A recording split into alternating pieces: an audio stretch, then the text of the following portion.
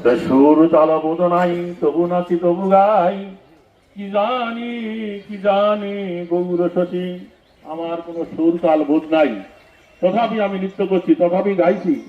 আমি জানি না যে গৌরাঙ্গ চন্দ্র কি জানে। গাদি গাছা গ্রামে আছি, গোপ পল্লী মাঝে বসি, গোরা বলে শোন ভকত গান। এই গাদি গাছা গ্রামে এসে এবং এই কি করে এই গোয়াল পাড়ায় মানে গোপপল্লীর মাঝে এসে মহাপ্রভু বলতে লাগলেন, হে ভক্তগণ, তোমরা আজকে শ্রবণ করো।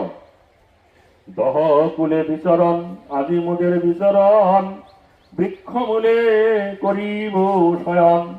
এই দহ, দহ মানে একটা জলাশয়, এই যে রাস্তাটা আছে তার ওই পাশে জলাশয়, ওইটাই ছিল কিন্তু গোড়া দহ, বুঝতে পারছেন? আমরা তার তীরে আম বাগানে বসেছি, বুঝতে পারছেন?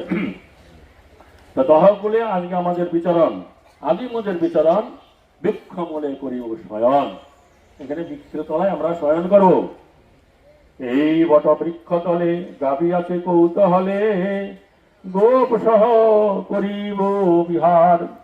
তো এই বট বৃক্ষের তলে অনেক গাভী আছে।